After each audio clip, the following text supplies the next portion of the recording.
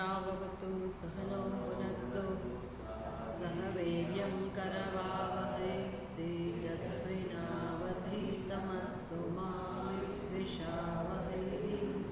ॐ शान्ति शान्ति शान्ति। वेदांत शास्त्रનો જે મુખ્ય સિદ્ધાંત છે, આત્મા સત્ય, બ્રહ્મ સત્ય અને એક અને અદ્વિતીય એ સ્વરૂપ છે બ્રહ્મનું, આત્માનું જે છે એ બ્રહ્મ જ છે, આ સત્ય છે. એ સમજવું કેવી રીતે? અને એ બ્રહ્મ આપણાથી દૂર નથી. બ્રહ્મ એટલે જ આપણું આત્મ સ્વરૂપ. એ બ્રહ્મ એટલે જ આપણે નથી જાણતા ત્યાં સુધી એવું લાગે કે ભગવાન નામની કોઈ વસ્તુ છે, પરમાત્મા નામની કોઈ વસ્તુ છે અને પરમાત્માને મારે પ્રાપ્ત કરવાનો છે, એ કરવો જોઈએ વગેરે વગેરે. એટલે પરમાત્મા આપણા માટે કેવો છે? સર્વજ્ઞ, સર્વશક્તિમાન અને સર્વવ્યાપક, પણ મારાથી ભિન્ન. હવે આપણી સમજ છે ભગવાન છે કરો, પણ મારાથી ભિન્ન અને હું તુચ્છ છું અને મારે ભગવાનને પ્રાપ્ત કરવો જોઈએ. હવે આટલા મોટા ભગવાનને આપણે પ્રાપ્ત કરી જ ના શકીએ. ખરેખર આટલા વિશાળ સ્વરૂપ જેનું હોય એને કઈ રીતે પ્રાપ્ત કરી શકીએ? આપણી બુદ્ધિ તો આટલી કમસ્તી હોય. આટલું વિશાળ સ્વરૂપ આપણે ભગવાનનું જાણી પણ ના શકીએ ખરેખર તો. એટલે આ અદ્ભુત પ્રકારનું આ જ્ઞાન છે, બહુ સુંદર. જેમ જેમ આપણે ઊંડા ઉતરતા જઈએ, વસ્તુને સમજતા જઈએ, ત્યારે સમજાય કે આ આપણા જે ખ્યાલો છે એ મૂર્ખતા જ છે, અજ્ઞાનમાંથી જ જન્મેલા ખ્યાલ છે. હું વિશેનો ખ્યાલ જ્યારે અજ્ઞાનમાંથી જન્મેલો છે, તો પછી એ જગત વિશેનો જે ખ્યાલ હોય એ પણ ખોટો જ હોય અને ઈશ્વર વિશેનો ખ્યાલ પણ આપણો ખોટો જ હોય. આ જીવત્વનો જે ખ્યાલ છે, અજ્ઞાનમાંથી જન્મેલો જે આપણા વિશેનો ખ્યાલ છે, એને કારણે પરમાત્મા મારાથી ભિન્ન છે એવો ખ્યાલ સહજ હોય, સહજ બની જાય. આપણી અને પરમાત્મા વચ્ચે ખંડ ઊભા થઈ ગયા, વિભાગ ઉત્પન્ન થઈ ગયા. જે એક જ તત્વ છે એમાં કેવળ અને કેવળ આપણે આપણા વિશે જ્યારે નિર્ણય કરીએ છીએ કે હું આ શરીર છું, એટલા નિર્ણય માત્રથી પૂર્ણ તત્વની અંદર વિભાગ પડ્યા વગર વિભાગ પડી ગયા છે આપણી બુદ્ધિમાં. છે તો એક જ તત્વ, એક જ પરબ્રહ્મ પરમાત્મા, એક જ તત્વ, અદ્વિતીય તત્વ અત્યારે સર્વનામ રૂપમાં વિલસી રહ્યો છે, પ્રગટી રહ્યો છે. આવું સત્ય છે. પણ અનાદિકાળથી આપણો જે ખ્યાલ છે એ ખ્યાલને કારણે આપણને આપણે જગતથી જુદા હોઈએ એવું લાગે છે, જગત આપણાથી જુદું હોય એવું લાગે છે, આપણે ભગવાનથી જુદા હોઈએ, જગત પણ ભગવાનથી જુદું હોય, એક જીવ બીજા જીવથી જુદો હોય, આમ સર્વત્ર આપણને ભેદ જણાય છે. આ બધું શેનાથી છે? આટલું બધું, આટલા બધા ખ્યાલ, જગત વિશેના ખોટા ખ્યાલ, બધા જીવો વિશેના ખોટા ખ્યાલ, પરમાત્મા વિશેનો ખોટો ખ્યાલ, આ બધાનું કારણ કોણ છે? હવે એવો જવાબ જોઈએ, એ બધાનું કારણ મારા વિશેનો ખોટો ખ્યાલ. અજ્ઞાન બહુ થયું હવે, કારણ કે પછી કાંઈ કરતા નથી આપણે. અજ્ઞાન તો આખી દુનિયા જાણે છે અજ્ઞાન, પણ અજ્ઞાન ક્યાં છે, કેવું છે, એ જે જાણે છે એ ખરેખર સાધક છે. હવે અજ્ઞાનનું સ્વરૂપ આ છે. અજ્ઞાન કોઈ નક્કર પદાર્થ નથી, દ્રવ્ય નથી. એ ભગવાને કંઈક એમ ઉત્પન્ન કર્યું હોય ને બધાને ભટકાવવા માટે હોય, અંધકારમાં રાખવા માટે હોય, આવું બધું કશું નથી. અજ્ઞાન સમજવાનું કે અજ્ઞાનનું સ્વરૂપ કેવું છે, તો પછી આપણે અજ્ઞાન સમજવું એનું નામ જ જ્ઞાન. ખરેખર તો મને ખબર તો પડે કે હું અંધારામાં છું અને જીવન જીવાઈ રહ્યું છે. ક્યારેક ક્યારેક અંધારામાં હોઈએ છે એવું પણ નથી પાછું. ક્યારથી અંધારામાં છીએ? અનાદિ માયા એશ જીવ સુપ્ત. માંડુક્ય ઉપનિષદ કહે છે કે આ જીવાત્મા અનાદિકાળથી ઊંઘ્યા જ કરે છે. તો આપણે ઊંઘતા ના હોઈએ, આપણે કેટલું બધું કામ કરી નાખતા હોઈએ, રાત દિવસ દોડધામ કરતા હોઈએ, મોટા મોટા કર્મો કર્યા હોય, આટલું મોટું તમે તમારું જીવન ઊભું કરેલું છે, બાળ બચ્ચા, એના બચ્ચાઓ, પોતરા પોતરી, કેટલો મોટો સંસાર વંશવેલો ઊભો કરેલો, તો શું અંધકારમાં કરેલું છે? તો પણ એ બધું અંધકાર નહીં છે અને વિચાર નથી કરતા. આ બધી વસ્તુ અજ્ઞાન એટલે સમજવાનો, અને જીવે જ રાખે. અને પાછા આવા અનર્થના પરિણામે પોતાની જાતને એટલી દુઃખી કરી દીધી છે, પોતાના સ્વરૂપને એટલું નીચું ઉતારી પાડેલું છે અને દયનીય અવસ્થામાં જીવીએ છીએ. પછી હવે કોઈક સંસારી હોય ને કોઈક આવો હોય ને કોઈક તેવો હોય ને આપણે પછી વળી પોતાની જાતને ધાર્મિક સમજીએ અને આમ આધ્યાત્મિક સમજીએ, આપણે એવું સમજીએ કે અમે તો સારા માર્ગે જઈ રહ્યા છે. તેથી શું એનાથી સંતોષ નથી લેવાનો. છેવટે જાણવાનું છે કે આ બધા દ્વારા કરવાનું શું છે, તો કે મારે અજ્ઞાનને ઓળખવાનું છે. એટલે ગમે તેટલા સત્કર્મો કરવાથી પણ મુક્તિ નહીં મળે. એટલે આ શ્લોકમાં આજે જે કરવાનું છે શ્લોકમાં ન પુણ્યમ ન પાપમ ન સૌખ્યમ ન દુઃખમ, આ બધી જગ્યાએ તમે જુઓ ને તો મોટે ભાગે દ્વંદ્વની જ વાત છે. અને પહેલાંના શ્લોકમાં પણ હતું ન મે રાગ દ્વેષવ ન મે લોભ મોહ. આ દ્વંદ્વ એવી વસ્તુ છે કે બધાને એનો પરિચય હોય. ઈશ્વર સૃષ્ટિમાં પણ દ્વંદ્વ છે અને ઈશ્વર સૃષ્ટિમાં આપણે જીવીએ છીએ. ભગવાન કહે છે કે માત્રા સ્પર્શાસ્તુ કૌંતેય શીતોષ્ણ સુખ દુઃખદા. આ જગતની રચના છે, જગતનો સ્વભાવ છે. ભગવાન કહે છે કે મેં જગત આવું જ બનાવ્યું છે કે જેમાં દ્વંદ્વ હોય. માત્રા સ્પર્શા, માત્રા અને સ્પર્શા એટલે 5 મહાભૂત અને એમાંથી સર્જાયેલા વિષયો. સૂક્ષ્મ તન્માત્રા, પંચીકૃત પંચમહાભૂત, એમાંથી આ સમસ્ત જગતના વિષયો અને વિષયોની સાથે વ્યવહાર કરનાર આપણી ઉપાધિ, આ બધું ભગવાન કહે છે તન્માત્રામાંથી સર્જાયેલું છે. અને એનું સ્વરૂપ કેવું છે? શીત અને ઉષ્ણ. એટલે ભગવાને જ આવી રીતે વિરોધાભાસ ઉત્પન્ન કરેલો છે, જોડકું ઊભું કરેલું છે. અને એ જગતનો સ્વભાવ છે, જગતનું સ્વરૂપ છે, એટલે એ તો રહેવાનું છે. ભગવાન કહે છે કે ગમે તે યુગ હોય, ગમે તે વ્યક્તિ હોય, ગમે તે સ્થળ હોય, આ દ્વંદ્વાત્મક જગત તો રહેવાનું જ. જગતનો આ સ્વભાવ જ છે અર્જુન. અને દરેકને એનો પ્રભાવ પડવાનો. જે આ જગતમાં આવે છે, જે જગતમાં જીવે છે, એ બધાને આ દ્વંદ્વ અસર કરવાની, આનો સ્વભાવ છે. હવે એ જે દ્વંદ્વ છે, શીત ઉષ્ણ 2 કહું ભગવાને, પછી બધું સમજી લેવાનું. પછી આપણા વ્યવહારમાં જે આવે છે, માન અપમાન, અનુકૂળતા પ્રતિકૂળતા, સફળતા નિષ્ફળતા, આ બધું પણ એનો જ સ્વભાવ છે, એનું જ સ્વરૂપ છે. ભલે આપણે એને વ્યવસ્થા માટે કહેતા હોઈએ કે આને સફળતા નિષ્ફળતા, અને એ બધું જ્યારે જીવનમાં આવે, પ્રસંગો આવે ને, એટલે આપણે કહેતા હોઈએ સફળતા નિષ્ફળતા, પણ મારા પ્રારબ્ધમાં સફળતા હોય તો મને સફળતા રૂપી ફળ મળે, નિષ્ફળતા હોય તો નિષ્ફળતા રૂપી ફળ મળે. દરેક વ્યક્તિના જીવનમાં આ પ્રકારે ચડતી પડતી સફળતા નિષ્ફળતા, ક્યારેક આમ તો ક્યારેક તેમ, આવું આવ્યા જ કરે.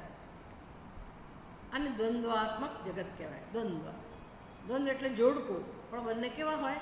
સમાન ના હોય, બંને વિરોધી. હવે એવા જગતમાં જ્યારે આપણે જીવીએ છીએ, વ્યવહાર કરીએ છીએ, તો આપણા મનમાંથી પ્રત્યાઘાત જન્મવાનો. પ્રત્યાઘાત સહજ રીતે જન્મવાનો. સફળતા જન્મે, લાભ જન્મે, તો કેવો પ્રત્યાઘાત જન્મે? સુખનો, હર્ષનો. અને ગેરલાભ જન્મે, નિષ્ફળતા આવે, તો કેવો પ્રત્યાઘાત જન્મે? દુઃખનો. હર્ષ અને શોક, સુખ અને દુઃખ. અને આપણે એના પ્રવાહમાં છીએ. બસ સંસારનું સ્વરૂપ આટલું જ છે. સુખ અને દુઃખ જન્મ્યા એટલે હવે આપણી ગણતરી કહો કે આપણી આકાંક્ષા કહો, આપણને શું ગમે? સુખ જન્મે કે દુઃખ જન્મે? બંને પ્રત્યાઘાત જન્મ્યા, આપણું કોઈ નિયંત્રણ નથી, બંને જન્મવાના છે. સુખની વૃત્તિ એ જન્મવાની અને દુઃખની વૃત્તિ પણ જન્માવે. આપણને ગમે શું? દુઃખની વૃત્તિ જન્મે ગમે નહીં, પણ જન્મે જ છે. શું કરીએ? એટલે સહન કરવું જ પડે. આમ જીવ પરવશ. એટલે આપણે પછી દુઃખમાંથી મુક્ત થવા પ્રયાસ કરવાના જ. તું કેમ કરીને આ ટળે? મને દુઃખ જન્માવનારી વસ્તુઓ કેમ હું દૂર કરું? આના માટે પ્રવૃત્તિ જન્મે. દરેકની પ્રવૃત્તિ આવી જ હોય. બીજી કઈ પ્રવૃત્તિ હોય તો કે સુખ જોઈએ છે એટલે હું શેનાથી સુખી થઉં, એને ધ્યાનમાં રાખીને પ્રવૃત્તિ હોય. એને કહેવાય ઈષ્ટની પ્રાપ્તિ, ઈચ્છિત વસ્તુની પ્રાપ્તિ માટે પ્રયાસ હોય. અને બીજો અનિષ્ટની નિવૃત્તિ માટેનો પ્રયાસ આપણા જીવનમાં હોય. બધાની પ્રવૃત્તિ આ બે પ્રકારની જ હોય. આખા બ્રહ્માંડમાં જ્યાં પણ મનુષ્યની પ્રવૃત્તિ છે ત્યાં એ પ્રવૃત્તિ બે પ્રકારની જ હોય. ઈષ્ટની પ્રાપ્તિ અને અનિષ્ટની નિવૃત્તિ. પછી હજી બીજા બે ભાગ પાડવા હોય તો પાડી શકાય કે ઈષ્ટ આવી ગયું, પૈસા કમાઈ લીધા, પર્યાપ્ત પૈસા આવી ગયા, કે પછી આપણે માંદા પડ્યા હતા તો સાજા થઈ ગયા, હવે શેના માટે પ્રયાસ હોય? ફરી બીમાર ના પડી ગયા, પૈસા જતા ના રહે. એટલે જે કે અનુકૂળતા મહેનત કરીને આપણને પ્રાપ્ત થઈ એ અનુકૂળતા જળવાઈ રહે એના માટેનો પ્રયાસ. પાણી પહેલાં પાળ બાંધવા, એટલે આપણે બેસી ના રહીએ એના માટે પ્રવૃત્તિ કરીએ. એક પેઢી ખાઈ લે, બીજી પેઢી ખાઈ લે તો ભેગું કર્યું, પણ હજી માણસને હવે ત્રીજી પેઢીનું શું, ચોથી પેઢીનું શું, એમ પ્રવૃત્તિ કર્યા. અને બીજો પ્રયાસ કયો હોય?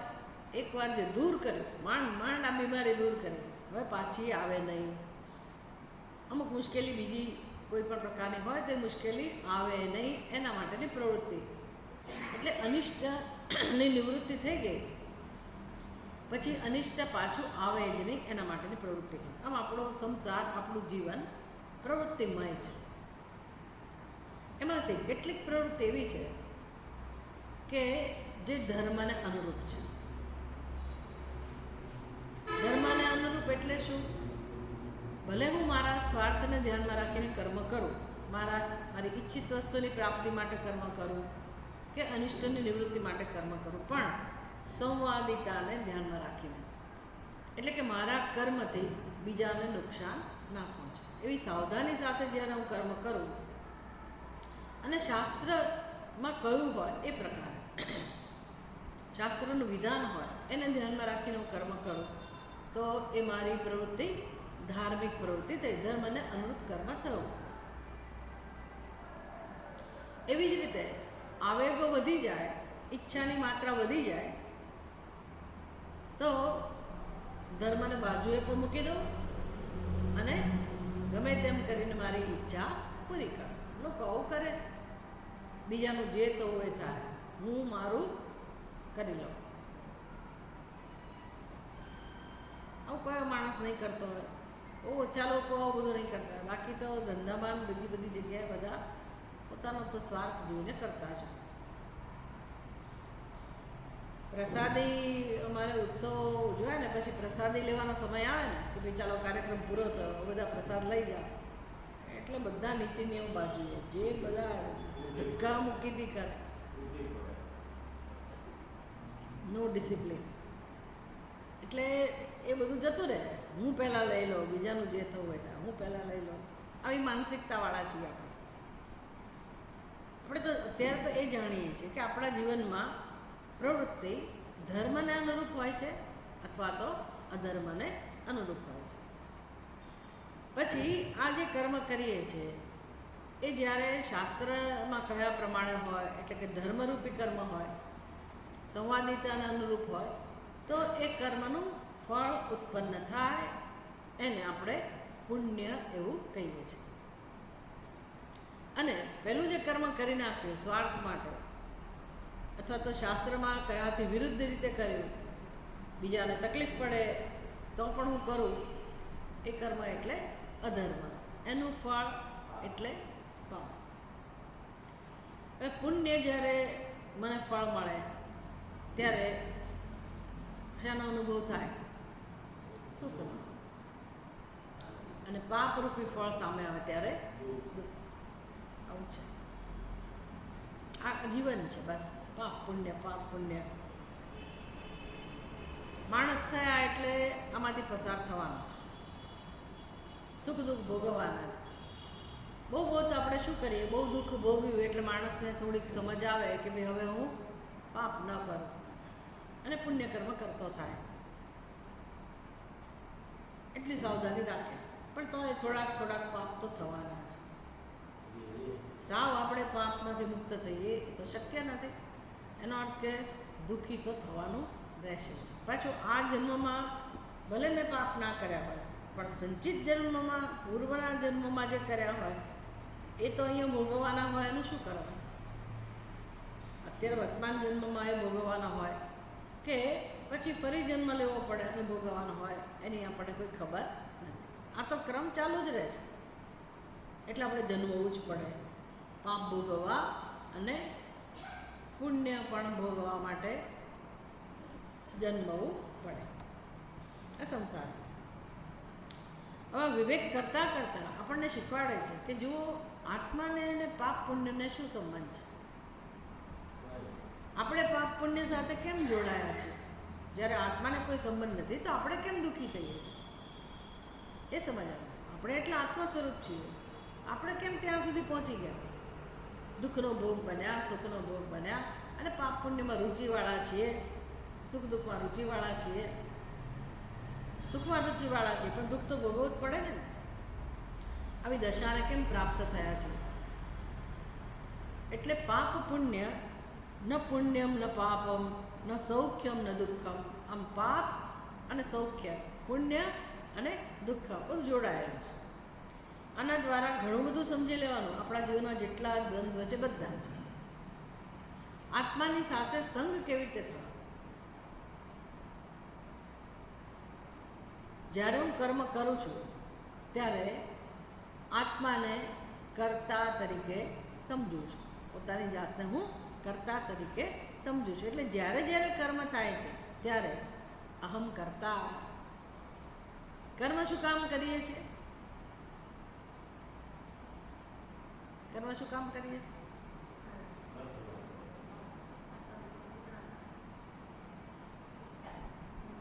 કર્મ શું કામ કરે છે? ઈચ્છા પૂરી કરવા. જરૂરિયાત કહો, આ કહો, તે કહો, પણ છેવટે ઈચ્છા કે જીવવાની ઈચ્છા, કે નાના મોટા મારી જે જરૂરિયાત છે પૂરી કરવાની ઈચ્છા, કે વિશ્વના ભોગની ઈચ્છા. પણ કર્મ કોણ કરાવે છે? ઈચ્છા કરાવે છે. સીધો હિસાબ છે આ. ઈચ્છા શેમાંથી જન્મી એ આપણે એ પ્રયાસ કરતા નથી કે આ ઈચ્છા શેમાંથી જન્મે છે. કેટલીક ઈચ્છાઓ આપણે પૂરી નથી કરતા.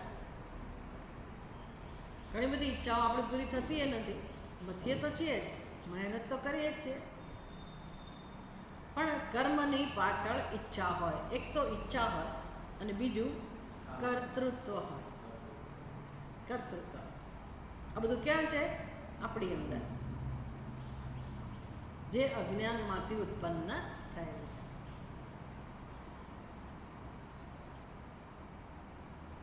હવે આપણે ભલે ધર્મને અનુસર્યા, હવે આપણા જીવનમાં અધર્મ ના હોય, પણ હજી અશાંતિ તો છે જ, દુઃખ તો છે જ. ભગવાનની ભક્તિ કરી, સેવા કરી, આવું શ્રવણ કરતા હોઈએ, સત્સંગ કરતા હોઈએ, પણ દુઃખ પીછો નથી છોડતું. અશાંતિ, ચિંતા, આ બધી વસ્તુઓ જતી નથી આપણામાંથી.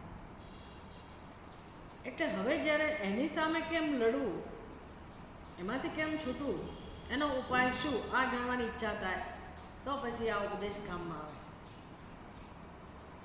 કે આ બધાનું કારણ કોણ છે? આપણી બુદ્ધિમાં રહેલું કર્તૃત્વ અને ભોક્તૃત્વ. એને કારણે આપણો સંગ થયો છે પાપ પુણ્ય સાથે.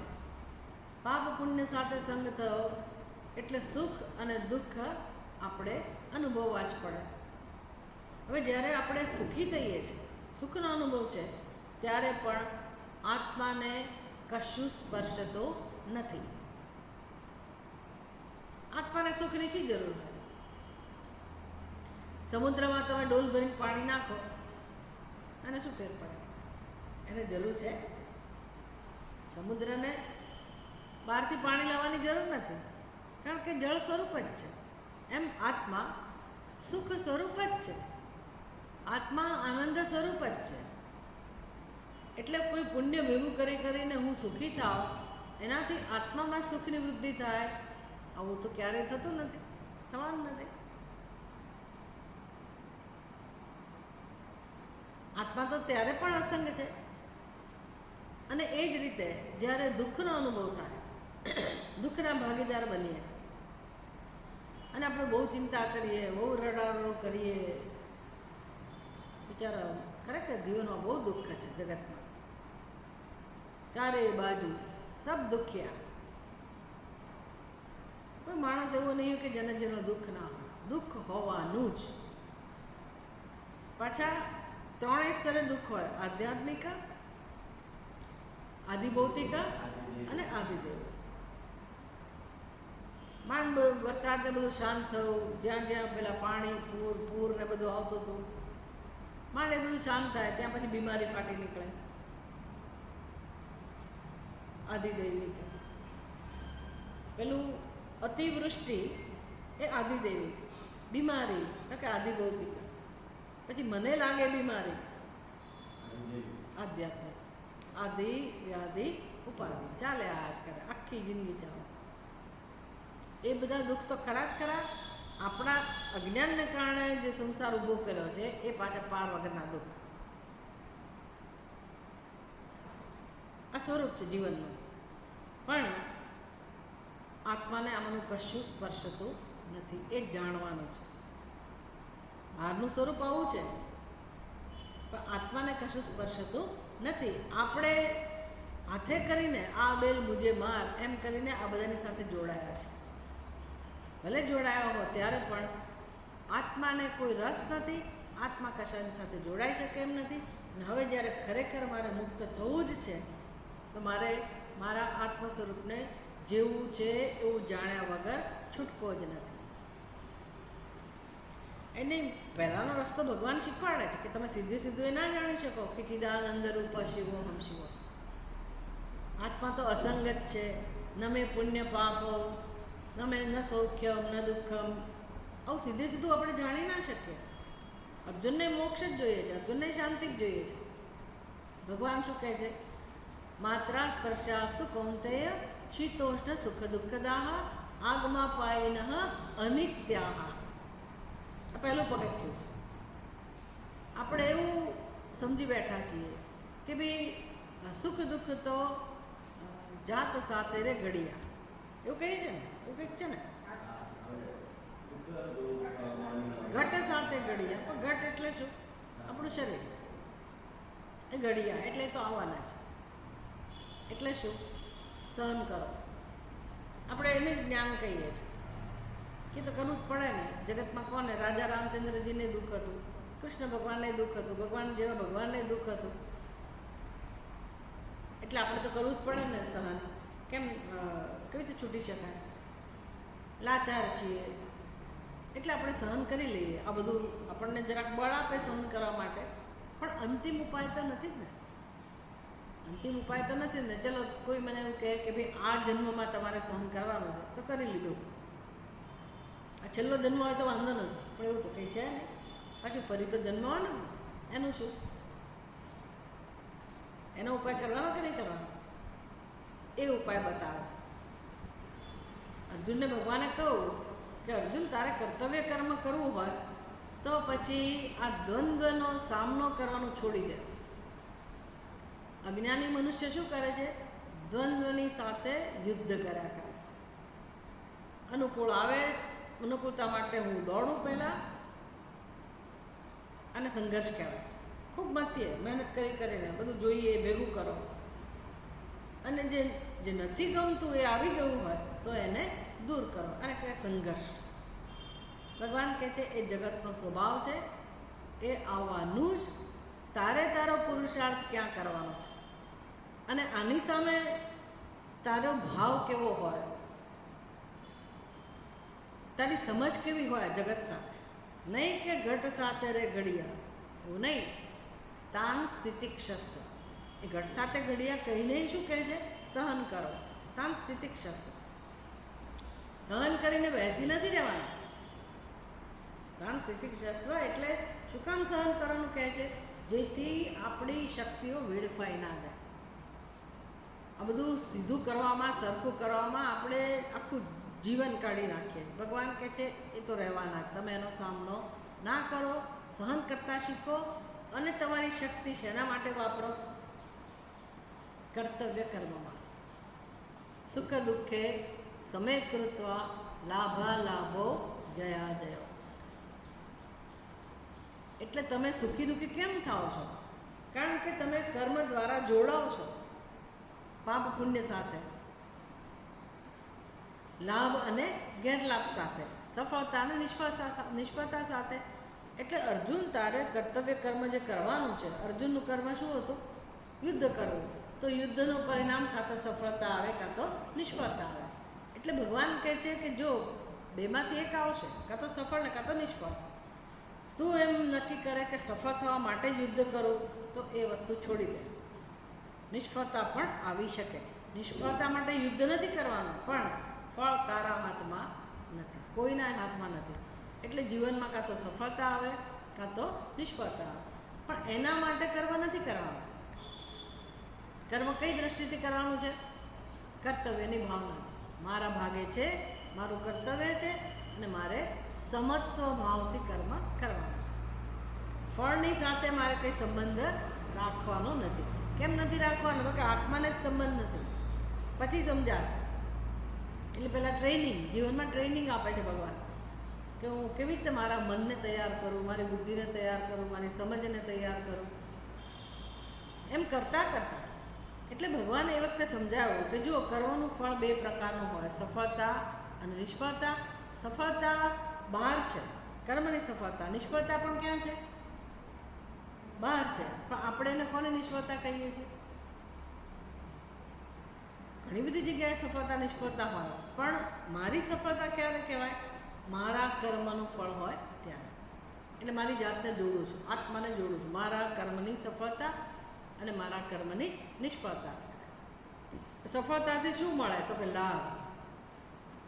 આ આપણું કહેવાનું, સફળતાથી મને લાભ મળ્યો, નિષ્ફળતાથી મને ગેરલાભ મળ્યો. હવે અહીં સુધી ભગવાન કહે છે આ બધું જગત છે, આ બધું મારા હાથમાં છે. સફળતા નિષ્ફળતા સુધી ભગવાન કહે છે એ બધું મારા હાથમાં છે. પણ પછી સફળતાને કારણે હું એમ કહું કે મારા કર્મની સફળતા, એટલે આગળ વધ્યો સંસાર. એ સફળતા જે બહાર હતી મારા હૃદયમાં પહોંચી અને આપણે એની સાથે એક થયા અને અંદર સમજ ઊભી થઈ કે આ મારી સફળતા, કેમ કે મેં કર્મ કર્યું હતું, મારી સફળતા માટે હું સુખી. તો જો એ લાભ લેવા જઈએ, યશ લેવા જઈએ કે તો મેં કર્યું, તો એટલા સમય પૂરતું સારું લાગે, મારી સફળતા, હું સુખી. પછી બીજી બાજુ સફળતા કાયમ હોય એવું તો છે નહીં. નિષ્ફળતા આવે ત્યારે મારી બુદ્ધિ શું કહે છે? ત્યારે કોને દોષ દઈશું? મારી જાતને દેવું પડે ને, કારણ કે કર્મ મેં કર્યું છે. એટલે આ મારા કર્મની નિષ્ફળતા, મારી નિષ્ફળતા, હું નિષ્ફળ એટલે હું દુઃખી. આ આપણું કામ છે, આપણી અંદર થઈ રહ્યું છે. અહીંયા આપણે સમજવાનું કે ભાઈ તમે કર્મ કર્યું તો કોણે કર્યું? આપણે કર્મ કર્યું એવું કોણે કર્યું? કોણ કર્મ કરે છે? અધિષ્ઠાનમ તથા કર્તા કરણ વિવિધા ચેષ્ટા અને દૈવમ પંચમમ. ભગવાન કહે છે કે આ 5 પરિબળો છે કર્મ માટે. એ 5 પરિબળો એટલે પ્રકૃતિ. તો કર્મ કોના દ્વારા થાય છે? પ્રકૃતિ દ્વારા. આત્માનો શું રોલ છે? આત્માની સન્નિધિમાં કર્મ થાય છે, આત્માની હાજરીમાં. બધાનું અધિષ્ઠાન આત્મા છે. એટલે શરીરથી કર્મ થાય છે, બરાબર છે, પણ એમાં હું ક્યાં છું? હું ક્યાં છું? શરીર એટલે પ્રકૃતિ, ઇન્દ્રિયોથી કર્મ થાય છે, ઇન્દ્રિય એટલે પ્રકૃતિ, મન બુદ્ધિ એટલે પ્રકૃતિ, અને ઈશ્વર તત્વ દૈવમ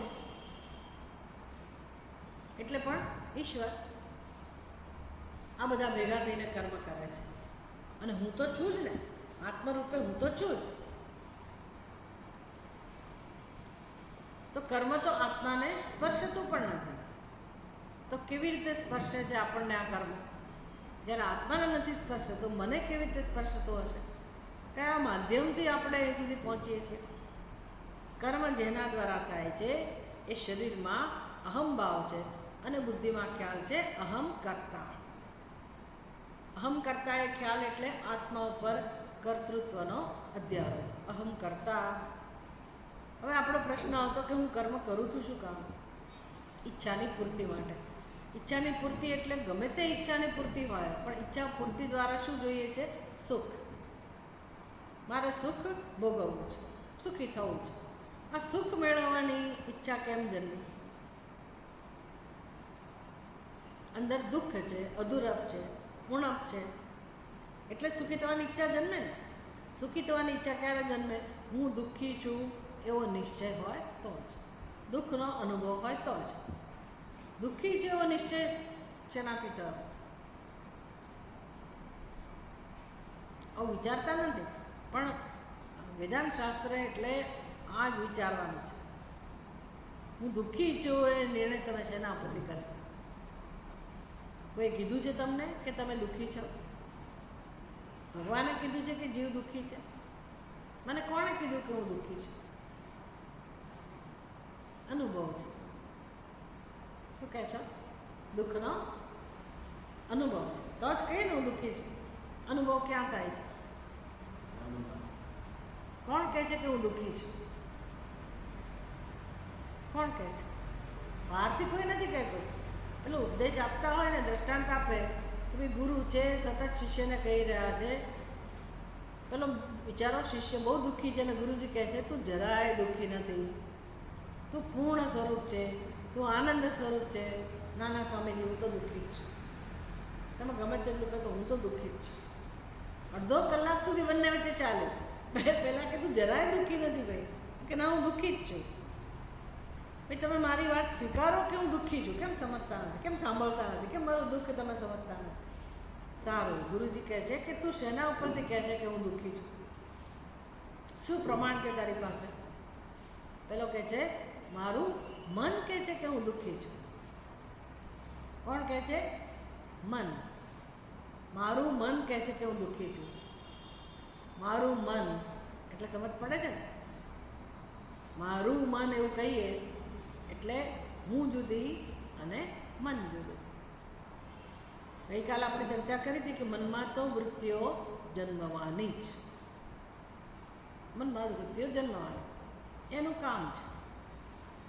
અને એ વૃત્તિઓનો અનુભવ કોને કારણે થાય છે? મનની વૃત્તિઓ આમનામ નથી અનુભવાતી. મનની વૃત્તિઓનો અનુભવ આપણને થાય છે. મારું મન કહે છે એનો અર્થ શું થયો? મનની વૃત્તિઓનું જ્ઞાન મને થાય છે. એ જ્ઞાન જેને થાય છે એ કોણ? એ કોણ? તો પછી બીજું કોઈ નહીં. જ્ઞાન મને થાય છે ને. મન દ્વારા મનનું જ્ઞાન થાય છે કે જેનું પણ જ્ઞાન થાય છે. એ જ્ઞાન જેને થાય છે એ કોણ? જ્ઞાન સ્વરૂપ આત્મા. જ્ઞાન સ્વરૂપ આત્મા. તો જેને જ્ઞાન થાય એ તો જેનું જ્ઞાન થતું હોય, જેનો અનુભવ થતો હોય એના કરતાં જુદો જ હોય. એને સાક્ષી કહેવું હોય તો કહો. જ્યાં સુધી વૃત્તિઓ છે ત્યાં સુધી સાક્ષી, બાકી એ કશાયનો સાક્ષી પણ નથી. એ તો છે જ, એ સદા સર્વદા છે. એનું નામ છે ચિદાનંદ રૂપ શિવોહમ શિવોહમ. એને ક્યારેય પુણ્ય પાપ પણ સ્પર્શતા નથી, એને કર્તૃત્વ ભોક્તૃત્વ પણ સ્પર્શતું નથી. તો પછી કર્મ પણ ક્યાંથી સ્પર્શે? કર્મ જ ના સ્પર્શે. જો બરાબર સમજી લો આ કનેક્શન, સુખ દુઃખ સાથેનું, આત્મા સાથેનું કનેક્શન થવા માટે કેટલા પરિબળો જવાબદાર છે? આત્મામાં પહેલાં કર્તૃત્વ ભોક્તૃત્વનો અધ્યારોપ થવો જોઈએ, ખરું ને? એટલે આપણી બુદ્ધિમાં હું કરતા એ ખ્યાલ છે. હું કરતા છું એટલે પછી હું કર્મ કરું છું. પછી કઈ સમજથી, કયા ઈરાદાથી, કઈ ભાવનાથી કર્મ થાય છે એના આધારે નક્કી થાય કે મારું કર્મ ધર્મ છે કે અધર્મ છે. આટલું સમજાયું ને? આગળ વધ્યા, મેં કર્મ કર્યું, સત્કર્મ, મારું પુણ્ય કર્મ, મારું પાપ કર્મ વગેરે. આમ કર્તૃત્વ ભોક્તૃત્વ જે આત્માનો સ્વભાવ જ નથી. પહેલાં મેં જેને કહું કે હમ કરતા, એ મારી ભૂલ છે. પછી કર્મમાં જોડાયા, ધર્મ કે અધર્મ. પછી સ્વાભાવિક છે, કુદરતનો નિયમ છે, કર્મ કરો એટલે એનું ફળ હોય. તો ધર્મરૂપી કર્મનું ફળ છે પુણ્ય, અને અધર્મરૂપી કર્મનું ફળ છે પાપ. અને પછી એ કોના પુણ્ય પાપ થયા? કર્મ મારું થયું એટલે ફળ પણ કોનું થયું? મારું પુણ્ય અને મારું પાપ. પુણ્ય શેનો અનુભવ કરાવે? સુખનો, અને પાપ દુઃખનો. એટલે મારું સુખ અને મારું દુઃખ એટલે જ્યારે અનુભવાય ત્યારે હું સુખી અને હું દુઃખી. એમાં હું એટલે કોણ? હજી બરાબર સમજો. હું જ્યારે મારો ખ્યાલ છે આવો ત્યારે હું સુખી છું કે હું દુઃખી છું, તો હું એટલે કોણ? હું એટલે કોણ? હું એટલે હું. શું કામ પૂછપૂછ કરો? એને અંગ્રેજીમાં આઈ કહો કે હિન્દીમાં મેં કહો, જે કહું કહો, એને કંઈ શબ્દોની જરૂર નથી. હું એટલે હું, સ્વયં પ્રકાશ. અને એની સાથે છું પણ છે જ ને. આઈ એમ, હું છું. એ હું ની પછી મારે છું કહેવાની જરૂર નથી. હું જવાબ આપીએ કે હું, તો એની અંદર હું છું એ આવી જ ગયું છે. પછી વ્યવહારમાં બોલીએ આપણે ભાષાને કારણે કે હું છું, અહમ અસ્મિ. આ હું છું એ આપણે નક્કી નથી કરતા. હું છું એ તો સતત અનુભવાય જ છે. હવે આપણા જ પરાક્રમને કારણે એમાં કયા વિશેષણો ઉમેરાય? હું સુખી અને કાં તો હું દુઃખી. એ પરાક્રમ આપણું છે. સુખી દુઃખી એમાં આપણે જવાબદાર છે. હું છું એમાં આપણે જવાબદાર નથી. તો એ હું છું આત્માને સુખ દુઃખ સાથે સંગ શેનાથી થયો? આપણે જ કરાવ્યો. શેનાથી થયો? પહેલાં આત્મા ઉપર અધ્યારોપ કર્યો, કર્તૃત્વનો, ભોક્તૃત્વનો. પછી કર્મ કરનાર તો શરીર છે જ. શરીર દ્વારા કર્મ થાય છે. શરીર એટલે હું, એટલે કરતા એટલે હું, ભોગતા એટલે હું. શરીર એટલે બધું સમજવાનું. સ્થૂળ શરીર, સૂક્ષ્મ શરીર એટલે કે મન, બુદ્ધિ, ચિત્ત, અહંકાર બધું જ સમજી લેવાનું. આખો સંઘાત, સમસ્ત સંઘાત, બધામાં અહંભાવ છે. સંઘાત ભલે રહ્યો, સંઘાત કંઈ ખોટું નથી. ભગવાનનું સર્જન છે, ભલે રહ્યો. ભગવાને શરીર આપ્યું છે તો સારા માટે, કંઈક સારું કરવા માટે આપ્યું છે, આ જાણવા માટે આપેલું છે. પણ એ અંતર આપણે જાળવ્યું નથી. જે કરણ છે, ખરેખર સાધન છે, એને જ આપણે હું સમજી બેઠા છીએ. પછી એમાંથી યાત્રા ચાલે છે આગળ, સંઘ આગળ ચાલે છે. કર્તૃત્વ, ભોક્તૃત્વ, ધર્મ, અધર્મ, પાપ, પુણ્ય અને છેવટે સુખ અને દુઃખ. હવે આમાંથી મુક્ત થવું હોય તો શું કરવાનું? હું શું કરું કે જેથી મુક્ત થવું? કર્મ કરવાનું છોડી દો. શું કરું તો મુક્ત થવું? જે કર્મ કરે છે, જે ક્ષેત્રમાં કર્મ થાય છે, એને હું જાણું કે કર્મ કરનાર કોણ છે. એને હું એ યશ આપું, એને જવાબદાર ગણું કર્મ માટે. અને જ્યાં કર્મ નથી, જે અત્યંત શુદ્ધ છે, અકર્તા છે, પવિત્ર છે, પૂર્ણ છે, કેવળ જ્ઞાન સ્વરૂપ છે, એને એટલું સ્થાન આપું. એટલે કે પોતાને જેવી છે એવું જાણું. આ આપણું કામ થયું ને. હવે સીધો આ ઉપદેશ તત્વમસી કે શિવોહમ એ કામમાં ના આવે. કારણ કે આપણી અંદર કર્મના સંસ્કાર છે. એટલે આપણે કંઈ કર્મ છોડી દેવાના નથી. કર્મ તો ચાલુ જ રાખવાના છે. અને કર્તૃત્વ છોડવાના નથી. ચલો કર્મ તો છોડી દઈએ, પણ કર્તૃત્વ તો અંદર છે જ. એટલે મનથી કર્યા કરશે. શરીરથી છોડી દીધા પછી મનથી બેઠા બેઠા જગતના વિષયોનું ચિંતન ચાલે, માનસિક કર્મો થાય. એટલે મુક્તિનો ઉપાય કયો છે? તો કે જ્યારે અધર્મના સંસ્કાર છે જ અનાદિકાળથી, કર્તૃત્વના સંસ્કાર પણ છે, ત્યારે પહેલાં આપણને ઉપદેશ આપે અધર્મમ ત્યજ. કચ્છને ઉપદેશ આપવામાં આવ્યો મહાભારતની, અધર્મમ ત્યજ, તું અધર્મને છોડ. આપણા માટે એ જ ઉપદેશ. અધર્મ શેનાથી જાય? ધર્મના પાલન. અધર્મ જાય ધર્મના પાલનથી. પછી કહે છે ધર્મમ અધર્મમ ત્યજ. અધર્મ તો ત્યજ, ધર્મમ અપી ત્યજ, ધર્મને પણ છોડ. આપણને આઘાત લાગે, ધર્મને છોડવાનું કહો છો? એટલે શું મારે કર્મ કરવાનું જ નહીં? ભાઈ હવે કર્મ એટલે ધર્મ જ હોય. વચ્ચેની અવસ્થા એવી હોય કે અમુક અમુક સત્કર્મ કરીએ, અમુક અમુક દિવસે કરીએ, બાકી આપણું જીવન જીવતા હોય તો જીવ્યા કરીએ. ખરેખર ઉદ્દેશ એવો છે કે આપણું નાનામાં નાનું કર્મ પણ ધર્મમય બની જાય. દરેક કર્મ ધર્મ બની જાય. એ બનાવવાનું છે આપણે. અધર્મને સ્થાન જ ના રહે. એવી રીતે આપણે સમજપૂર્વકનું જીવન જીવીએ. નાના નાનો વ્યવહાર પણ માનસ સ્તરનું કર્મ પણ આપણું ધર્મને અનુરૂપ હોય એવું આપણું વ્યક્તિત્વ બને. પછી ભગવાન કહે છે ધર્મ પણ છોડ, એટલે કે એનો બોજામાંથી પણ તારે મુક્ત થવાનું છે. એ કેવી રીતે થવાય? ધર્મમાંથી કેવી રીતે મુક્ત થવાય? તો કે ધર્મમ અધર્મમ યેન ત્યજસી, જેનાથી તું છોડે છે. ધર્મને પણ ત્યાગ કર. પછી કે સારું મેં ધર્મને છોડી દીધો, હવે શું કરું? જીવનમાં કરવા જ ના રહ્યો, હવે શું છોડવું? તો કે હજી છોડવાનું છે. શું છોડવાનું છે? જેનાથી તું ધર્મનું પાલન કરતો હતો, જેનાથી તું અધર્મનું પાલન કરતો હતો, એને પણ છોડ. તમે શેનાથી ધર્મ અને અધર્મનું પાલન કરો છો? ધર્મ એટલે કર્મ. શેનાથી કરો છો? હા, કર્તૃત્વ, અહંકાર, બરાબર? જેનાથી તમે કર્યું એને પણ છોડ. શેને છોડવાનો સમય આવ્યો? છેલ્લે શેને છોડવાનો સમય આવ્યો? અહંકાર. ખરેખર તો કોને છોડવાનો છે? અહંકારને જ છોડવાનો. અહંકાર કહો, કર્તૃત્વ કહો, એનો ત્યાગ કરવાનો છે. પણ સીધો ત્યાગ થઈ શકે નહીં. પછી આપણે જીવનમાં થાકી જઈએ કે બહુ પુણ્ય નથી જોઈતું, હવે કશું નથી કરવાનું, આમે શરીર તો પછી થાકી જ જાય અમુક ઉંમર પછી. તો ત્યારે જો આ ઉપદેશ ના હોય કે ભાઈ હવે કર્તૃત્વ પણ છોડો, ધર્મ અધર્મ બધું છોડો, તો પછી આપણે દુઃખી થઈ જઈએ. કેમ? તો કે હવે વૃદ્ધાવસ્થામાં કંઈ થતું નથી અને જીવન નકામું. હવે પુણ્ય કર્મ નથી થતા, હવે જપ નથી થતા, પૂજા નથી થતી, આમ કચકચ શરૂ થઈ જાય, બોજો શરૂ થઈ જાય. તો એને મોક્ષ કહેવાય? એને મોક્ષ ના કહેવાય. મોક્ષ એટલે શું? મુક્તિ એટલે શું?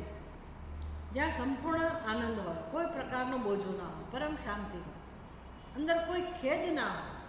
આપણે છોડી તો દઈએ ઘણી વાર, પછી એમ તો કરે રે છૂટી ગયું, છોડી દીધું, ખોટું કહેવાય. પાપ નહીં લાગે ને બીક પણ લાગે કે પ્રત્યેવાય દોષ તો નહીં લાગે, મારે કરવું જોઈએ તું ના કર્યું. એટલે ભગવાન કહે છે કે જ્યાં સુધી આવી મથામણ હોય ત્યાં સુધી તો કર્મ કરવાના જ. પણ પછી અંતિમ ઉપદેશ કેવો છે? તો કે યેન ત્યજસી તત્યજ, જેનાથી તું આ ધર્મ અધર્મ બધું છોડે છે એ અહંકારને પણ હવે છોડ. અહીંયા એ જ વસ્તુ કહી રહ્યા છે.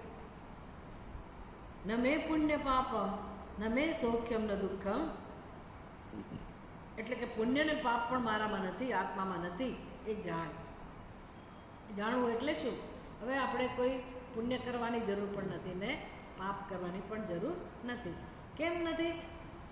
તો કે શરીર દ્વારા જે કર્મો થાય છે, મનથી પણ જે કર્મો થાય છે, જે પણ સામગ્રી કરવા માટે જરૂર છે, જેની પણ એમાં ઈચ્છા કહો, સંકલ્પ કહો, સંસ્કાર કહો, બધું સમજી લેવાનું.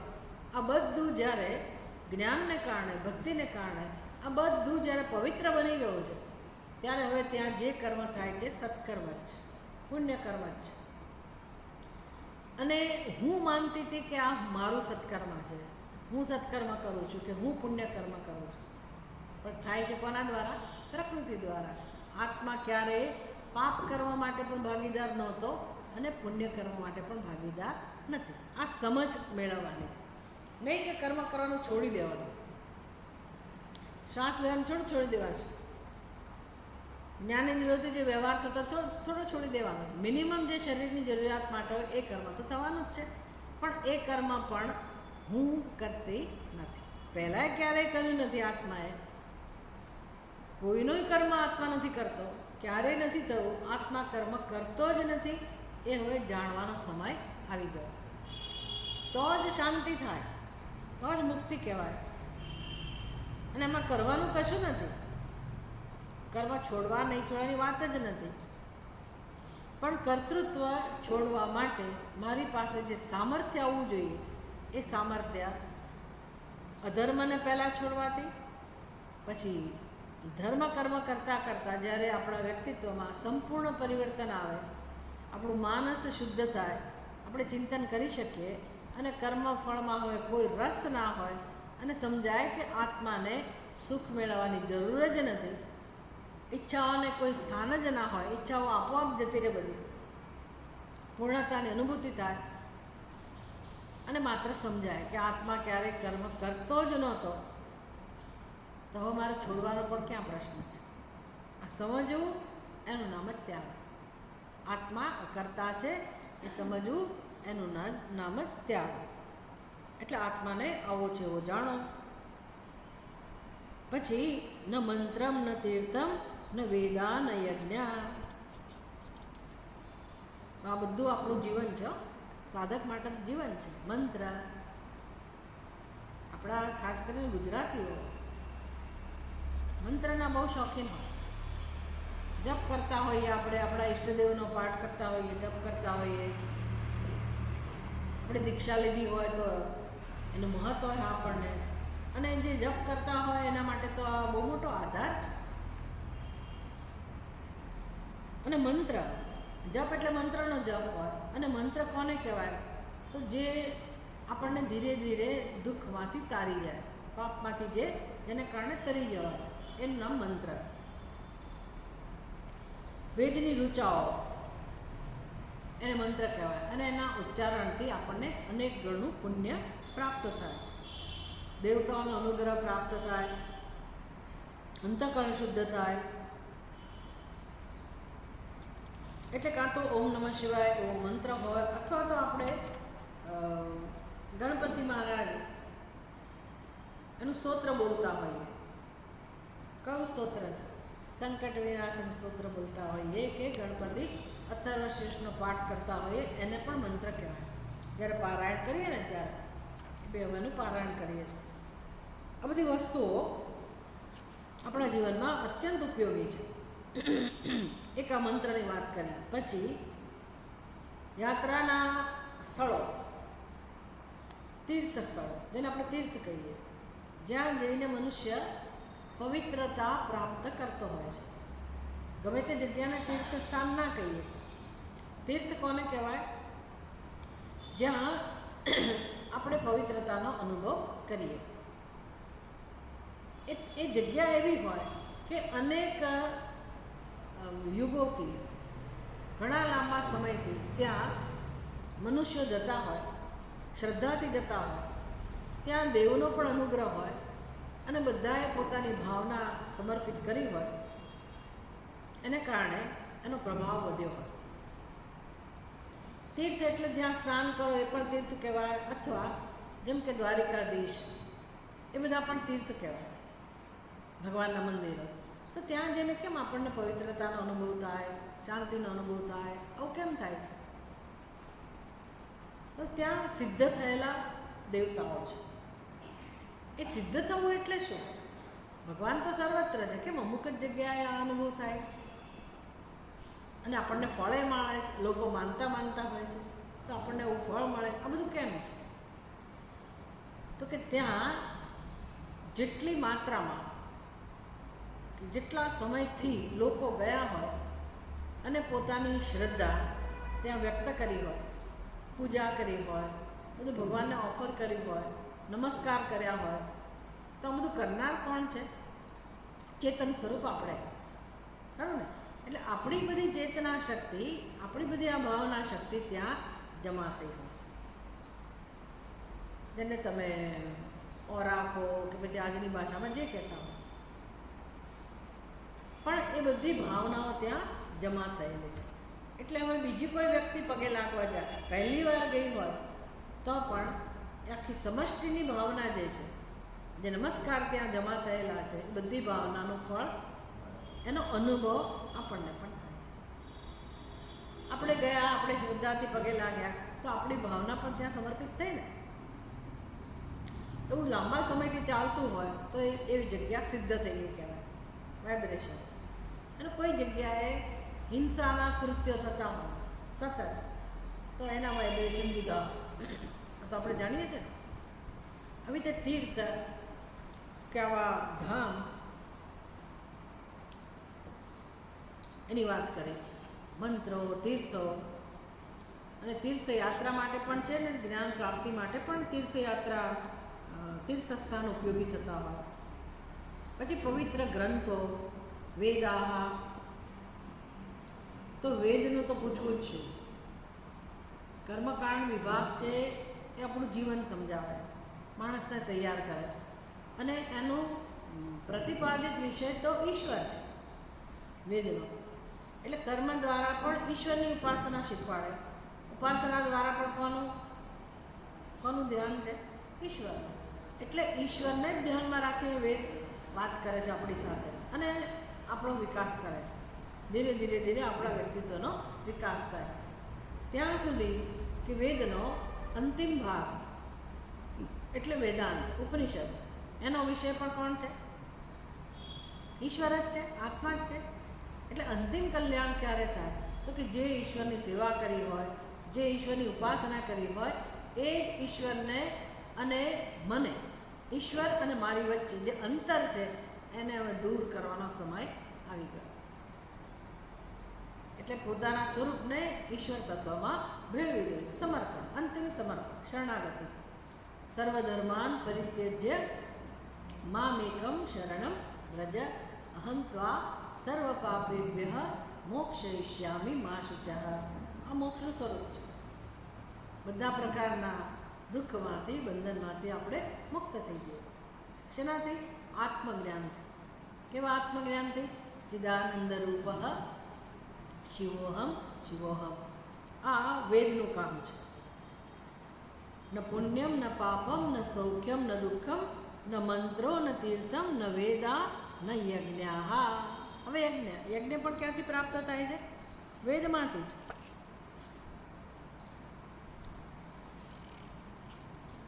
એ ઉપાસનાનું સાધન છે, ઈશ્વરની ઉપાસનાનું, યજ્ઞ વગેરે.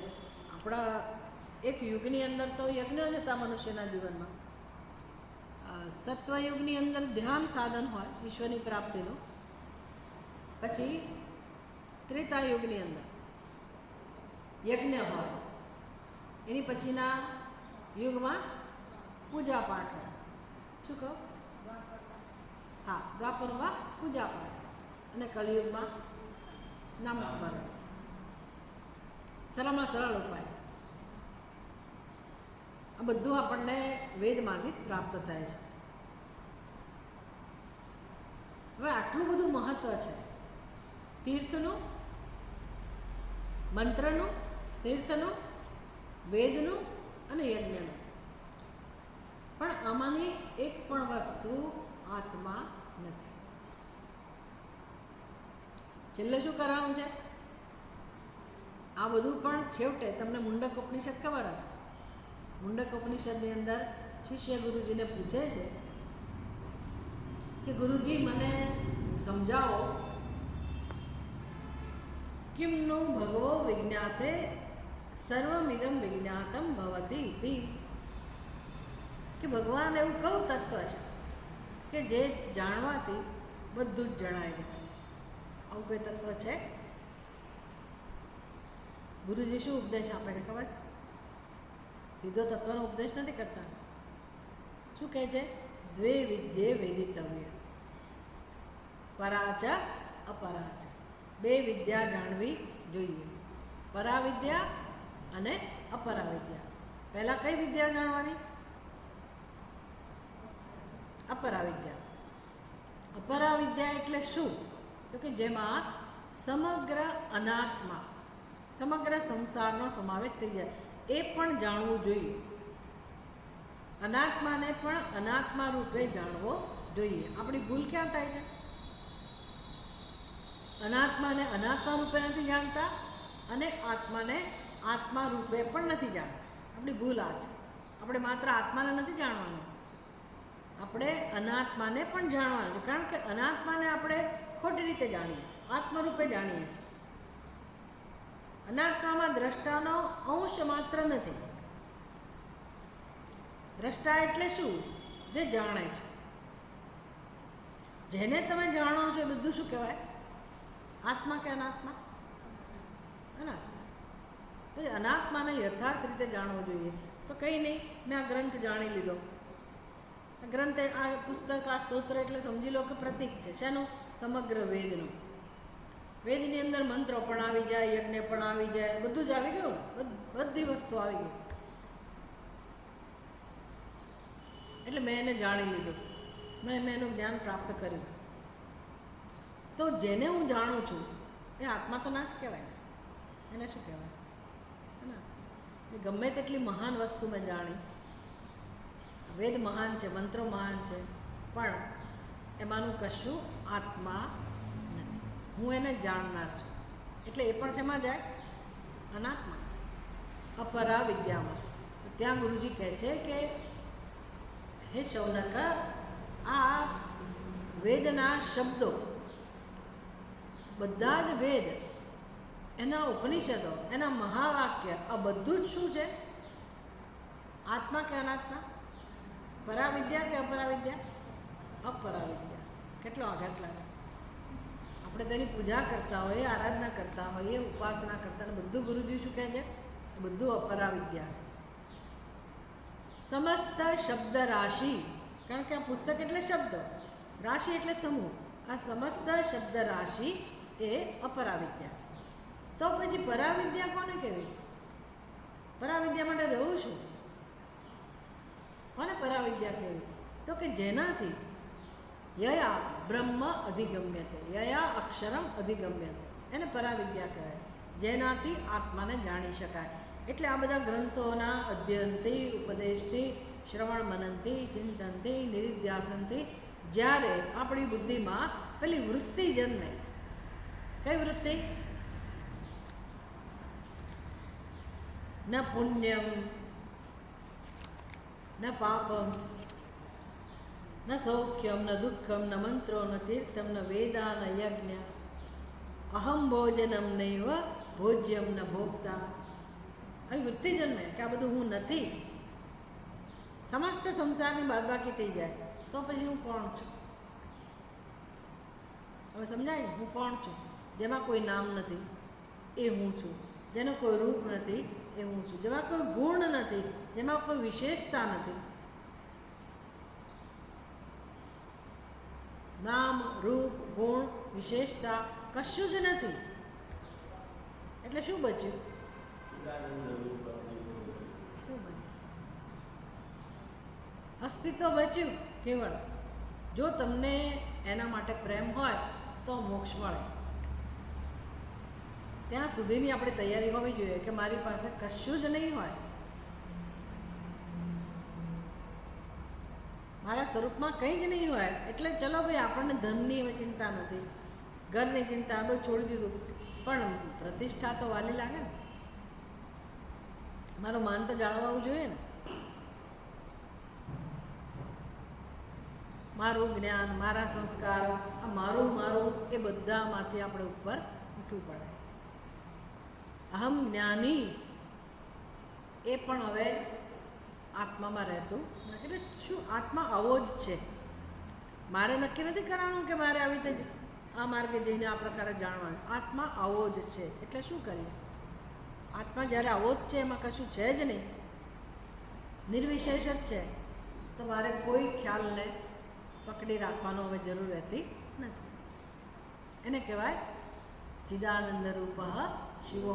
આનંદની વાત એ છે કે આટલું બધું ત્યાગ કરવાથી આપણને એવું લાગે કે આટલું બધું ત્યાગ કર્યો, પણ જ્યારે જે આનંદની અનુભૂતિ થાય એનું જ્યારે આપણે વિચાર કરીએ તો સમજાય કે આ તો કચરો જ હતો. જેનો ત્યાગ થયો એ તો કચરા સમાન જ છે, કણ માત્ર જ છે, કશાનો ત્યાગ થયો નથી. કારણ કે જે મળ્યું છે એ તો અનંત અનંત ગણો મળે છે. એટલે કોણ મને આ લાભ નહોતું લેવા દેતું? પરમ શાંતિનો, પરમ આનંદનો, શિવ સ્વરૂપનો લાભ કોણ નહોતું લેવા દેતું?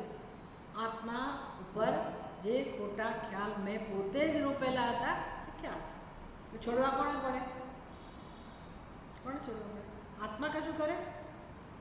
આત્માએ કશું કરવાનું, ભગવાને કશું કરવાનું નથી. એ જ ભગવાન છે. ભગવાન ઉપર જ આપણે આ બધું કરેલું છે. ભલે ને આમ ભગવાનની પૂજા કરીને બધું કરીએ, પણ આ ભગવાનનો તો અનાદર કરેલો છે. આત્મદેવ છે ને એ મહાદેવનું સત્ય એટલે પણ શું? આત્મા. અને તમે ગમે તેવા દેવી દેવતાની પૂજા કરતા હો ને એ મહાનમાં મહાન ભગવાન હોય, પણ એનો આત્મા અને મારો આત્મા એમાં કોઈ ભેદ નથી. એટલે મારા આત્માનો તિરસ્કાર કરીને હું તે દેવતાના પૂજા પાઠ બધું કરું તો એ દેવતાને પણ એ ગમે નહીં. કારણ કે એ તો જાણે જ છે અને એ તો મારો સ્વીકાર કરે જ છે. હું જ નથી કરતી, હું જ નથી. એટલે મારે જ મારા ખોટા ખ્યાલ છોડવા પડે. છેલ્લે કયું રહ્યું? અહમ ભોજનમ ન એવ ભોજ્યમ ન ભોગતા. તો આ ત્રિપુટી થઈ: ભોજન, ભોજ્ય અને ભોગતા. દ્રષ્ટા, દ્રશ્ય અને દર્શન. આપણો ગમે તે વ્યવહાર હોય એમાં ત્રિપુટી હોવાની છે. અત્યારે તમે શ્રવણ કરતા હો તો તમારા માટેનો ખ્યાલ શું હોય? શ્રોતા. શબ્દો એને શું કહેવાય? શ્રાવ્ય, સાંભળવાની વસ્તુ. અને શ્રવણ એટલે કે ક્રિયા, શ્રવણની જે ક્રિયા થઈ રહી છે. આ ત્રિપુટી વગર કોઈ વ્યવહાર ના હોય. દરેકે દરેક વ્યવહારમાં ત્રિપુટી હોય જ. ભોગતા, ભોગ્ય ને ભોગ, જ્ઞાતા, જ્ઞાન અને જ્ઞેય, કર્તા, કરણ અને કર્મ. આવું હોવાનું છે. હવે જુઓ, ભેદ બુદ્ધિનો અનુભવ આપણને કેમ થાય છે? કારણ કે આપણે આ કર્તા કોણ, આ ભોગતા કોણ, ભોગ કોણ અને ભોજ્ય કોણ એને આપણે જાણતા નથી. આમ જાણીએ છીએ કે ભોગ્ય એટલે શું, તો આપણે તો ખાલી જાણે ભોગ એટલે જમવાની વસ્તુને ભોગ કહીએ. હું ભાત ખાતી હોઉં તો અહમ ભોગતા. ભાતને શું કહેવાય? ભોજ્ય, ખાવાનો પદાર્થ. અને જે ખાવાનું કર્મ થઈ રહ્યું છે એને શું કહેવાય? ભોજન. આપણે ગુજરાતીઓની સમજ એવી છે કે થાળીમાં પીરસાય એને આપણે ભોજન કહીએ, બરાબર છે, પણ ભોજન કરીએ એને ભોજન કહેવાય. એ પદાર્થ થાળીમાં પીરસાયેલો છે એને ભોજ્ય કહેવાય. જમવા માટેનો જે પદાર્થ છે તે. જેમ જાણવા માટેનો વિષય હોય એને જ્ઞેય કહેવાય, એવી રીતે જે ભોજનનો વિષય છે એને ભોજ્ય કહેવાય. હવે હું ભોગતા જુદી, આપણે ભોગતા પોતે જુદા. કોના કરતાં? થાળીમાં જે પીરસાયેલું છે એના કરતાં. ભોજ્ય પદાર્થ કરતાં આપણે જુદા છીએ. હું ભોગતા અને પહેલો પદાર્થ ભોજ્ય, અને હું જો કર્મ કરું એ ભોજનનું કર્મ. આપણી સમજ છે અને આપણે વ્યવહાર કરીએ છીએ. કંઈ ખોટું નથી ભાઈ, આવું જ હોય તો જ વ્યવહાર થાય. પણ સત્ય શું છે જાણવું પડે.